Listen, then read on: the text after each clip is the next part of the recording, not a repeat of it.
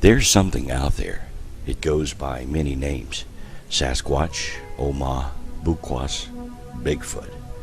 Considered a myth by some and real by others, it's thought to be either a primitive human or some kind of primate. Most people don't believe it exists at all, but it's oh too real to those who have seen it, and seeing is believing. It's a life-changing event for those who glimpse the rare beast, from a simple change in attitude of our place in the world to lifelong quests to seek out the animal, as it was for Esther Schritter. Esther is a Bigfoot researcher. She spends most of her off time searching for the creature. Weekends spent camping and walking the forests of America, looking for signs and evidence of the animal. Her travels have taken her deep into the Pacific Northwest and into southern states. She's been looking for over 20 years, and as a child, she saw one near her home in Oklahoma.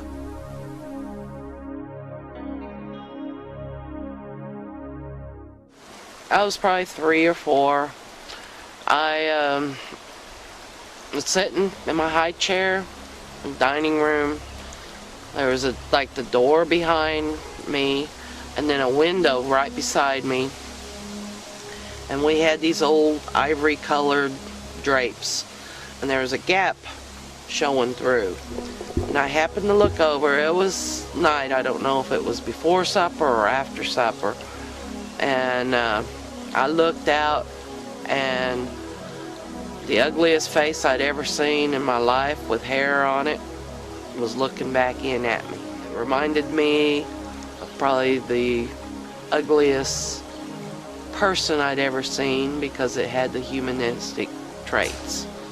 I'd say 3 or 4, because I was still sitting in a high chair. And I screamed monster, and my brother and my dad got up with the gun and ran outside, and there was nothing there. At this young age, Esther was terrified of what she saw peering in at her through the kitchen window. It would launch a lifelong quest to face her demons and discover what is lurking in the forests of America. Though many ridicule people who have had such encounters, the emotional toll they take on witnesses cannot be denied. As Esther grew up in Payne County, Oklahoma, she had other encounters with the thing in the woods. Next thing I really remembered was my best friend. I might have been about 8 or 9, and she came to spend the night, and it was in the winter time, and their pond was iced over, and we decided to go slide on the pond.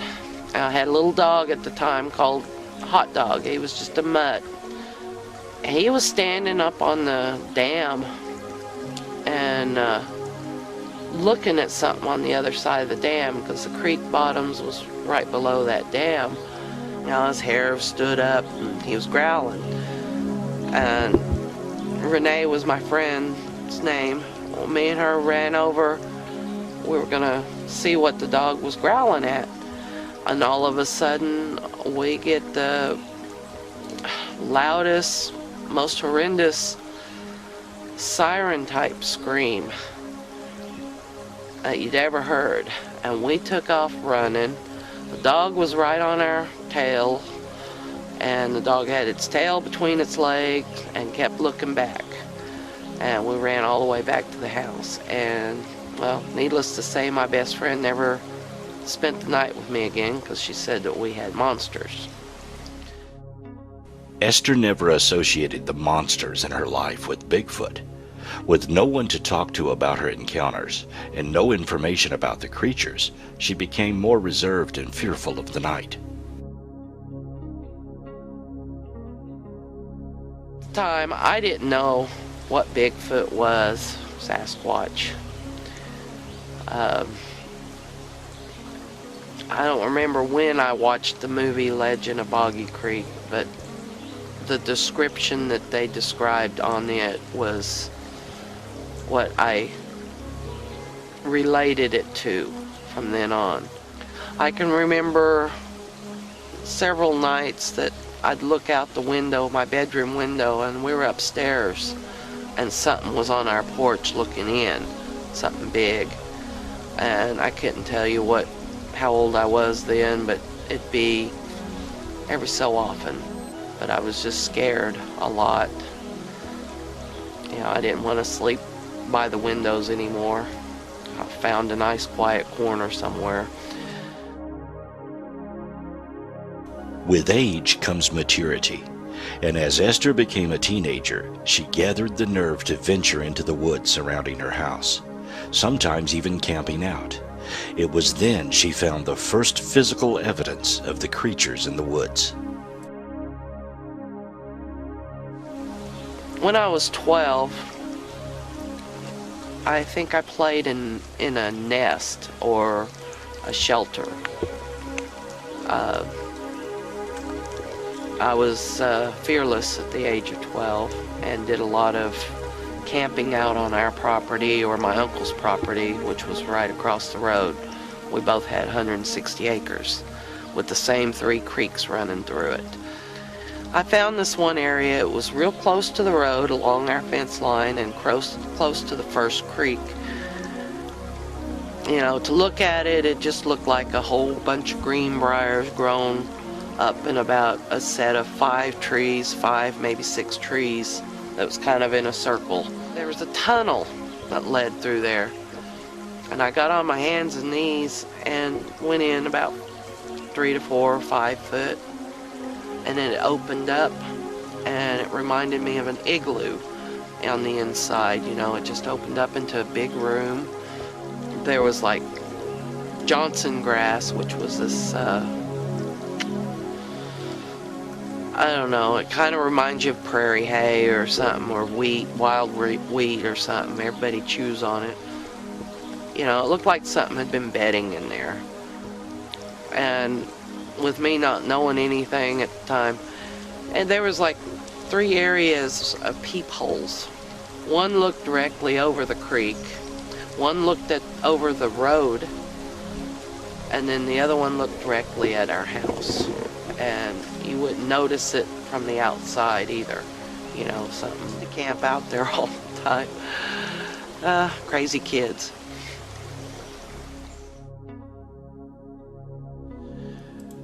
At 17, Esther would have the most frightful encounter of her life with the creature.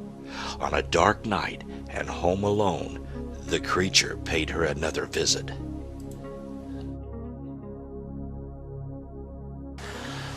And I was almost 17. One night I was sitting watching TV and I kept hearing some noises outside the house, banging noises and stuff. I turned off the TV, turned off all the lights inside the house, and turned on the outside lights. We had one in the same dining room area and one in the back, which had the back side of the house lit up pretty good. I kind of crawled on my belly to look up in the same window that I had the sighting as a child, and it was unbelievable. There was a hairy man-like creature standing out there, but its shoulders come up to our door frame, and it was hunched over, and the doorknob was wiggling, and we had no locks on the door, and there was no screen on that particular door. I got up real fast, ran through the back door to the back door where the car was parked, and instead of backing up like normally, I just drove through the yard, and the thing crossed in front of the car, headed down toward the creek, and I headed for town. It was just wiggling the doorknob. I don't know if it was trying to get in. I imagine if it wanted in, it would have came in, but it scared me enough to get the heck out of there. The thing scared me.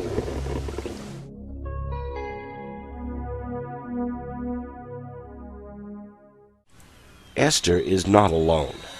Many people have had experiences with Bigfoot. At a time when Bigfoot had all but been declared dead by the national media, reports and sightings continue to pour in. Physical evidence is mounting as more and more footprints are being found in out-of-the-way places. Occasionally, new photos will surface, and stories spread like wildfire across the internet of new sightings and findings. Along the way, Esther has gathered many sighting reports and stories of encounters with this elusive creature. In an effort to document her travels, Esther often videotapes her excursions and interviews eyewitnesses.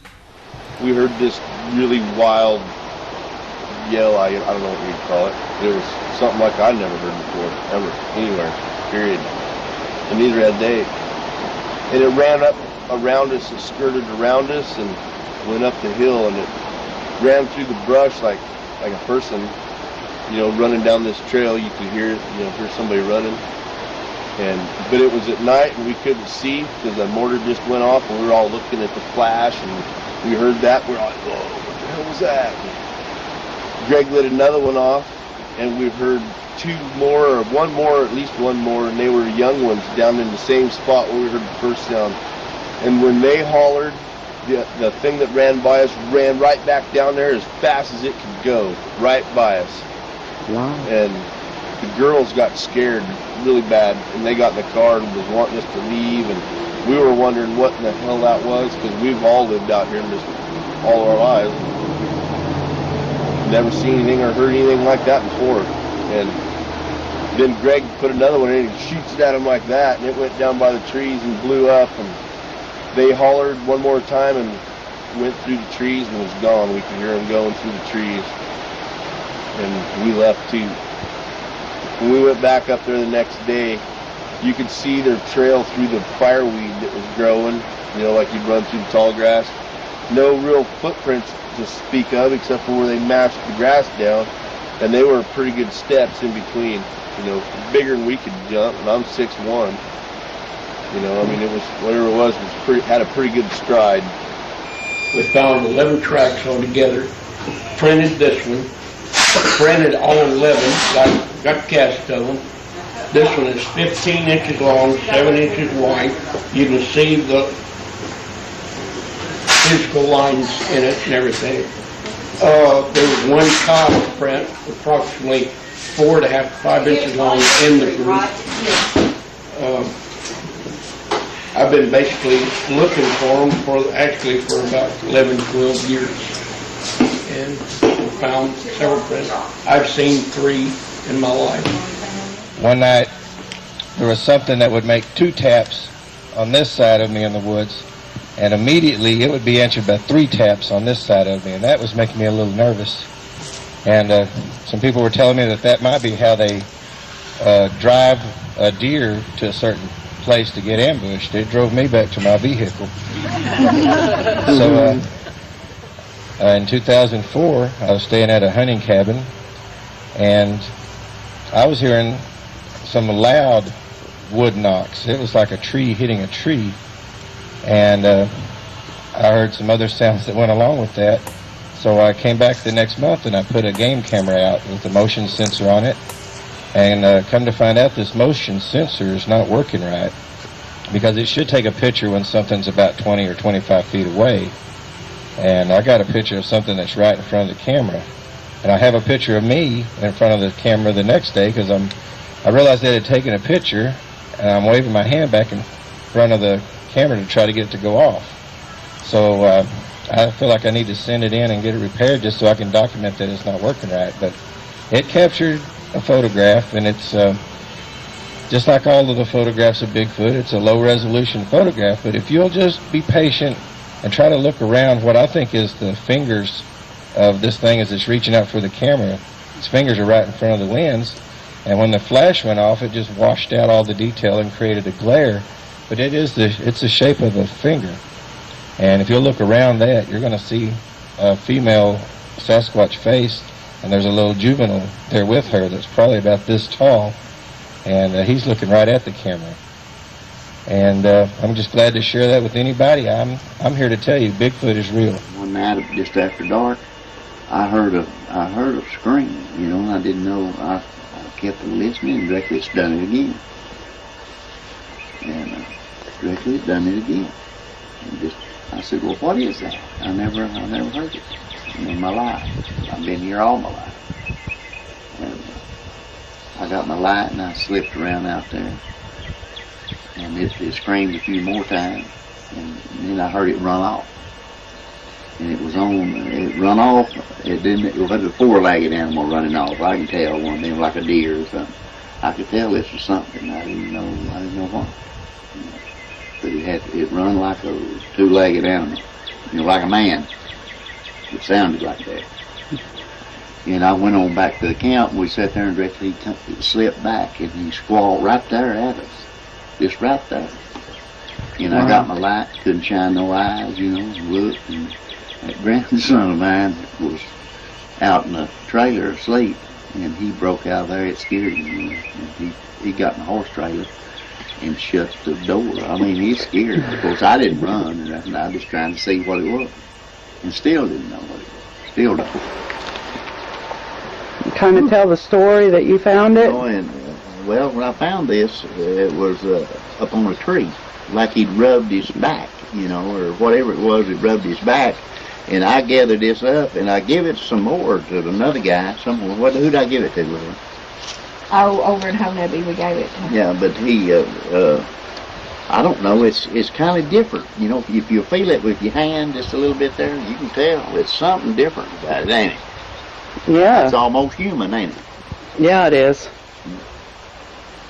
It's almost human. You can tell that's not a bear. It ain't coarse like a bear. Whew, Yeah. stinks. Yeah, it stinks. Wow, dang.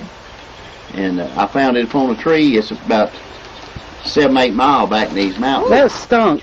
That's bad. I took a whiff of that hair, and oh, God. It I don't smells know. bad. I don't know what it is. But whatever it is, it stinks. Me and my buddy Anthony went to visit my dad up in Chicago, and we were on our way back, and we stopped in Sulphur, Oklahoma, where my grandparents live. They got a little ranch in the Arbuckle Mountains. And we stopped there, and we were eating some brisket, and nobody was home. And we were going to stay there for the night because we've been driving a long way. And we walked out the front door, and it's pitch black. Can't see anything out there. And we were standing in the front yard, and on the side of the house where you can't see the driveway because it's a square house. And there's a floodlight over there. It's got a motion detector on it. And we were standing out here just looking at the darkness, and out of the corner of my eye, I see the floodlight come on the other side of the house. And I swung around and looked over there, and a red Bigfoot was hunched over, peeking around the house at us, right under the light. And right when it saw me, it ducked down and ran behind a car and jumped down this gully. We heard it slide down in the ditch, kind of like down there. And, oh man, I was scared. We jumped in the car, and I was yelling at my buddy to lock the door. He couldn't lock it fast enough for me. And we drove over there with the spotlight. We couldn't see anything. But anyway, after all that driving, I still drove all the way back to Houston. We didn't stay there that night. But next time we came up, we looked up at the floodlight, and the infrared sensor was poked out, and that floodlight doesn't work anymore. And there's nothing that could hit it. It's under an overhang, too high for me to reach. When I first started, I was just usually carrying a disposable camera. That's all I could really afford. And I just kind of searched back roads. I was looking for trails, game trails, various formations, footprints, whatever. If I get on a road that looked interesting and there weren't any homes around or anything, I'd kind of walk in this game trail, walk up it for a little ways and see if I could see anything else, see if I can see any footprint. I've only found one good clear footprint, and I didn't have casting material at the time. And what I did was I had some fluorescent red spray paint and sprayed it, took a good picture of it, had something to measure it with. What I basically do is talk to some of the locals in the area and ask them if they've had any strange experiences, and what area they were at and stuff like that. A lot of people are very informative. I'm a Vietnam veteran. I've seen different things that doesn't spook me too much. But one night before a front come in, I was deer hunting. I forgot my flashlight when I went out. It was cloudy, and I couldn't see this far in front of my face. But I had a little rise going up the mountain. I walked about halfway up, stumbling, falling down, and I found a big cedar tree off a trail. I sat down on the side. So I was waiting for light, and it took forever that day because of the cloudy and the front coming in. And all of a sudden I heard heavy steps coming down off the side of the mountain. I've been out and I've heard deer walk at night before you see them. Everybody that hunts know what I'm talking about. Or little animals, you can pick them out. But I couldn't figure what this thing was. And it's coming down the trail, and it kept getting closer and closer, and finally it was coming down so close, I threw my .30-06 off of safety, and I was fixing to shove it through the trees. And I sat there, and the hair started climbing up on the back of my head. And so I thought, what should I do here? I don't like this. And I was fixing to shove it through and shoot. And I didn't, and it veered off on a rough, straight down drop off and walked on out. And I can't tell you what it was. I don't know.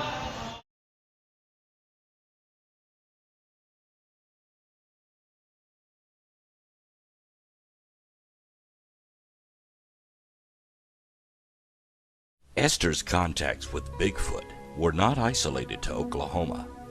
While working in Louisiana as a young adult, she and a friend had a harrowing encounter with something moving through the woods. I went to work seismograph.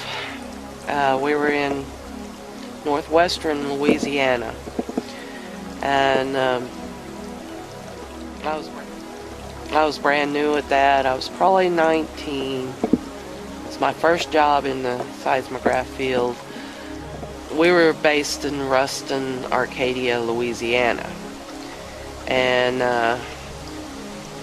they had me and another gal clean up lines. We had to pick up flagging and cover the shot holes, which it was a shot hole crew. They used dynamite. We got to this private lake. This was probably near Homer, Louisiana. There was a private lake with a couple of cabins, and we went on deeper into brush and lowlands, and there's some places where it was, I can't say it was swampy, but there was like an inch of stagnant water all through there. Hearing things to the side of us, like somebody was following us, or we both were kind of in denial, saying, well, and the further we got in, the thicker this stuff was, and it just seemed like it was getting closer. Finally got to a clearing, but there was like woods all the way around this clearing. We took a break. We discussed,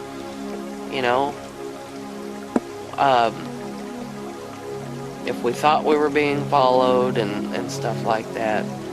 And this other girl that worked with me, she always wore bright colors and a lot of heavy perfume and stuff, fancy.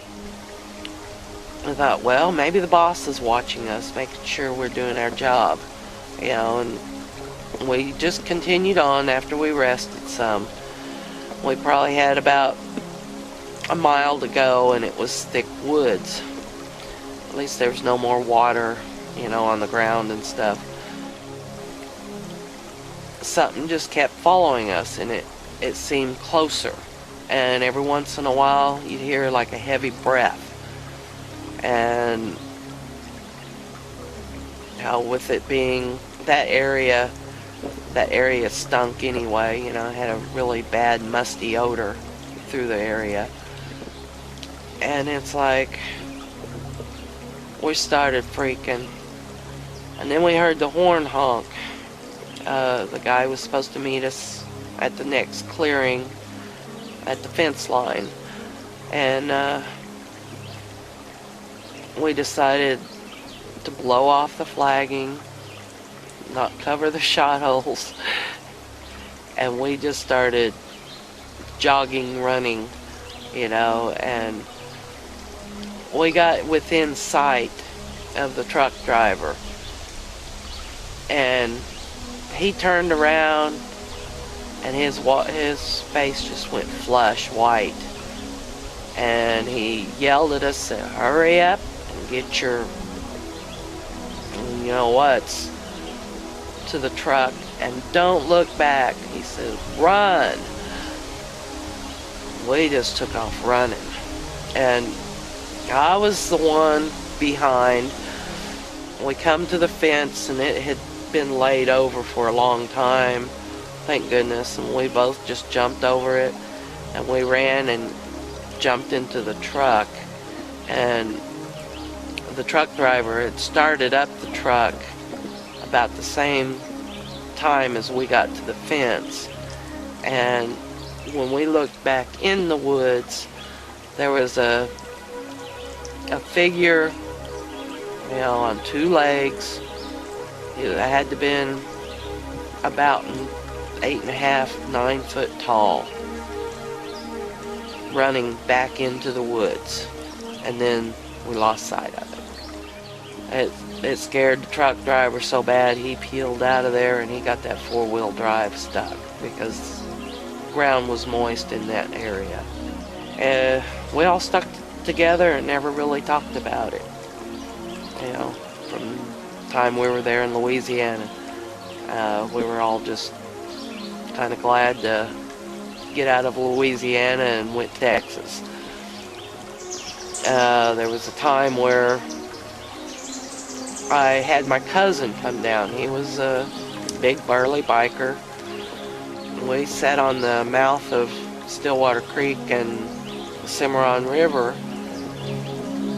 and me and him were, you know, mimicking coyotes that we heard off in the distance. And then we started mimicking the hootie owls, and it all got quiet for a while. And then all of a sudden we heard what sounded like, you know, actual bare feet running down the mud, and it sounded like a pack of apes. You know, it was just like the whoo, whoo, whoo, whoo, whoo, all the way down Stillwater Creek area. He grabbed the spotlight and started running off that direction. He wanted to see what it was. He come back shortly. He said that he was a little over 6 foot tall, and he said that whenever he went past one of the trees, that something came out after, you know, toward him that stood about a foot taller than him.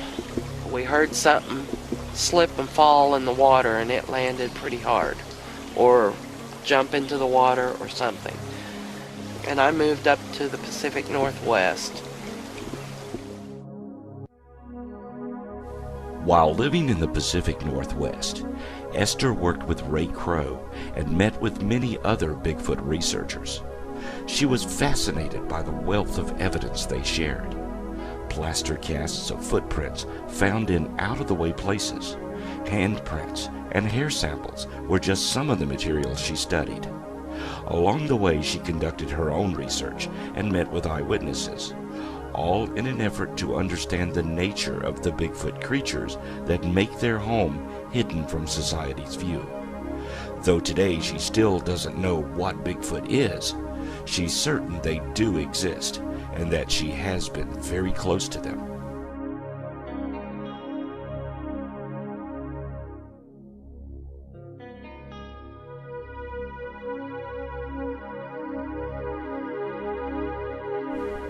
With more industry moving in and destroying Bigfoot's habitat, Esther is concerned for the creatures.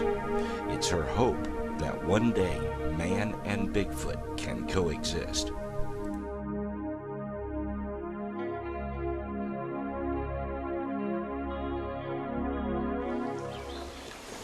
It's really made my interest grow. I didn't know who to contact. The legend of Boggy Creek was the only foundation that I ever had. And then I ran into a friend of mine.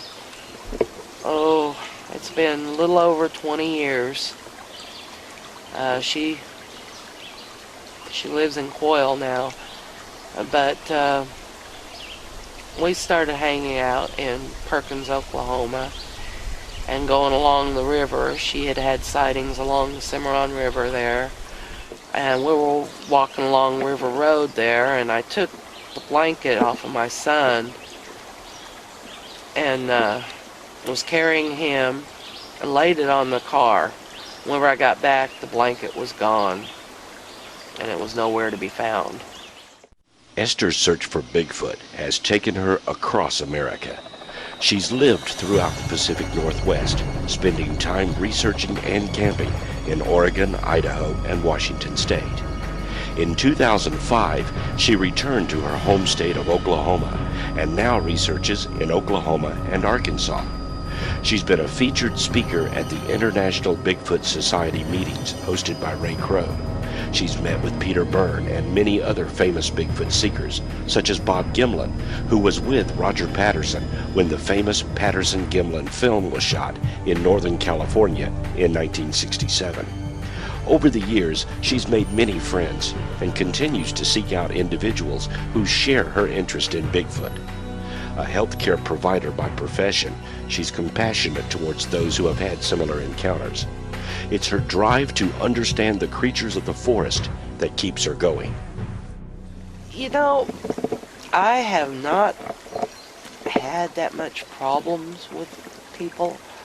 I would say 7 out of 10 people will talk about it. I don't know if I'm right, running into the right people at the right time, or a draw of luck, or what. But, most people will. They'll tell me a story or something.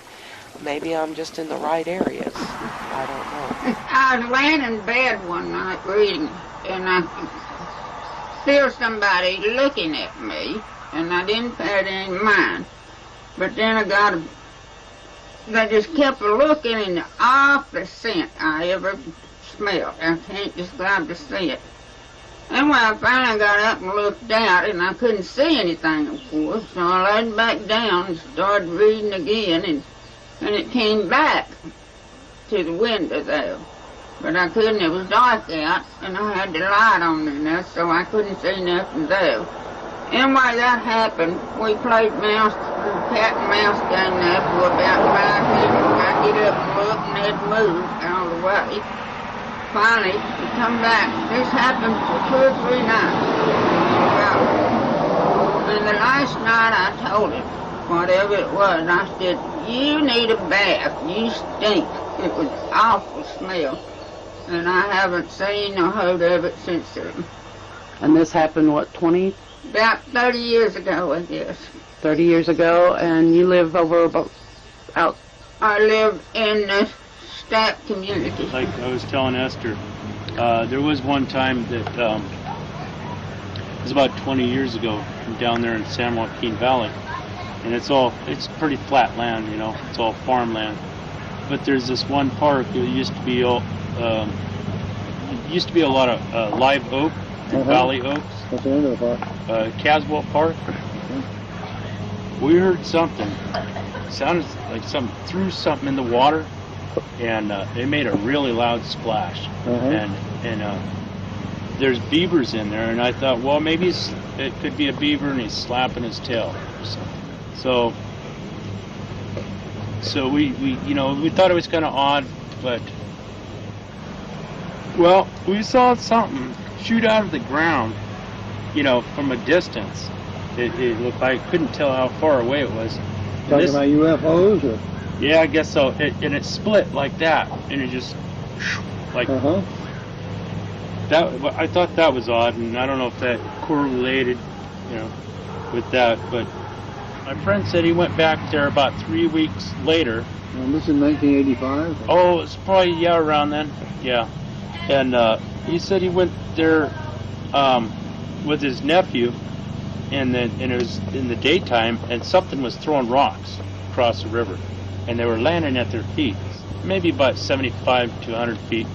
When Jason Valente brought those sounds, and I started thinking about this too. I remember being camping up in Yosemite before, and I could, in the 70s, and I can remember it sounded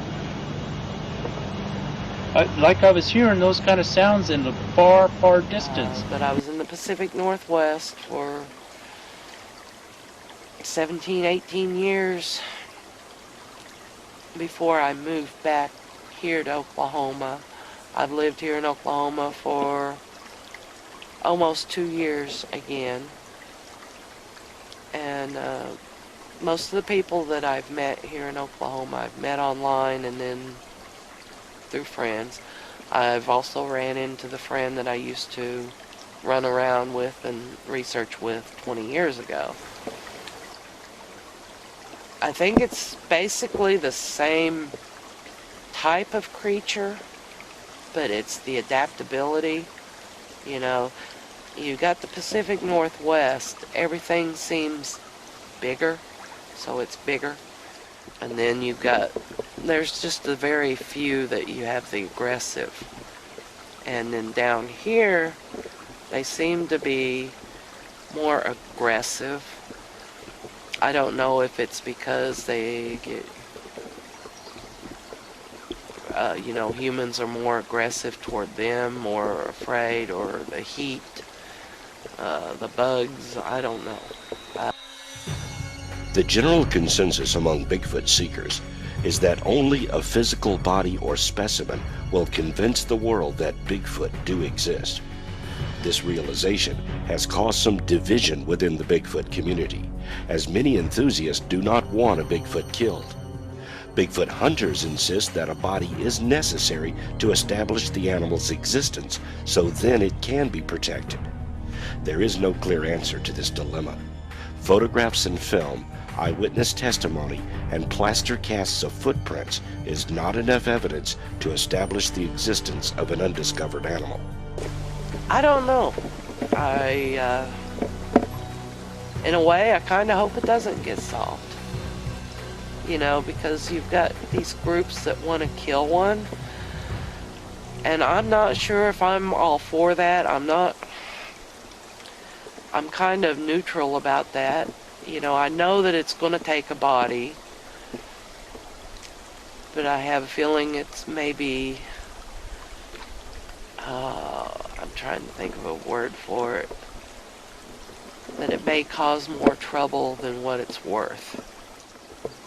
I think I have my own style, you know. I think when people get famous into this field,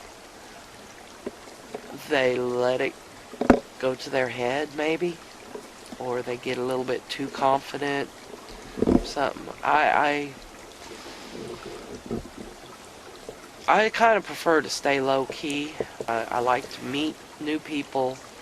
I like to see their efforts into the Bigfoot. I guess you don't have to be real professional anyway, because if Bigfoot wants you to see it, it's going to be there to make an appearance.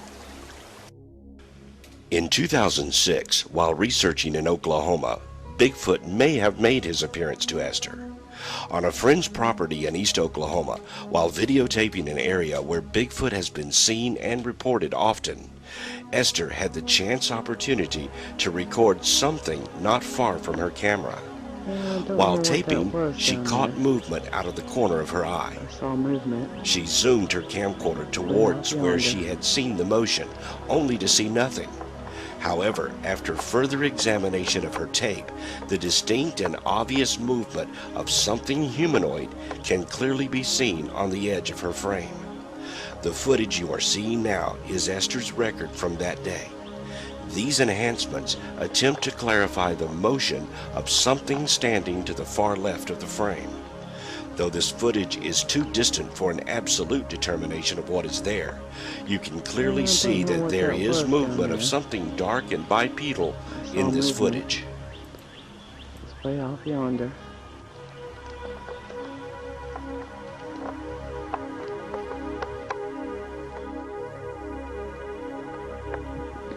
Yeah, I don't know what that was down there. I saw movement. It's way off yonder.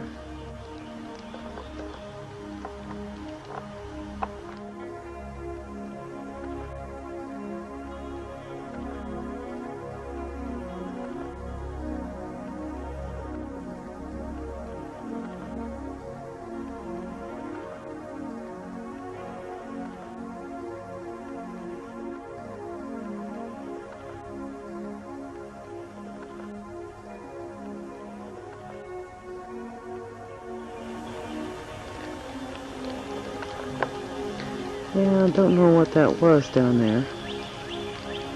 I saw movement. It's way off yonder.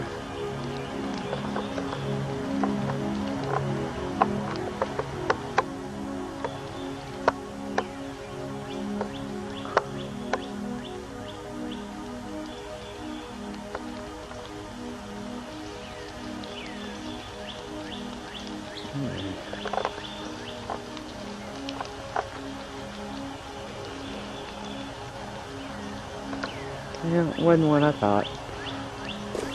I don't know what's out there. You know, that mystery. You know, what's coming up into the camp. I'd like to be able to continue to, you know, go out and study and, you know, I'm hoping to find my own little hotbed area and be able to sit and do some study of it, you know.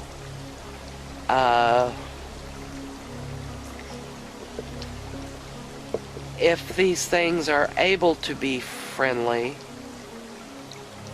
and if I have the courage enough to try to communicate and be friends, if there is that, you know, I don't know if these things are, you know, you get the reports and sighting reports.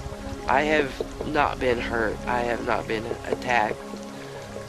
As far as I know, these things are just curious about us humans. But yeah, I still have that sense of fear.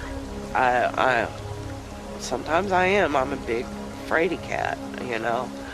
And there's days, nights, where I'm out and I just get this really, really bad feeling in the pit of my gut and I follow my instincts. I said, I don't think this is going to be a good day to be out. So I leave the area. I don't know. I guess it's the rush of it. Everybody has a thrill-seeking adventure, you know, and I've also tied in some treasure hunting and rock hounding to go with, you know, because everybody needs an alternate hobby, I guess. You know, I'm not going to let this overcome me like it has some folks.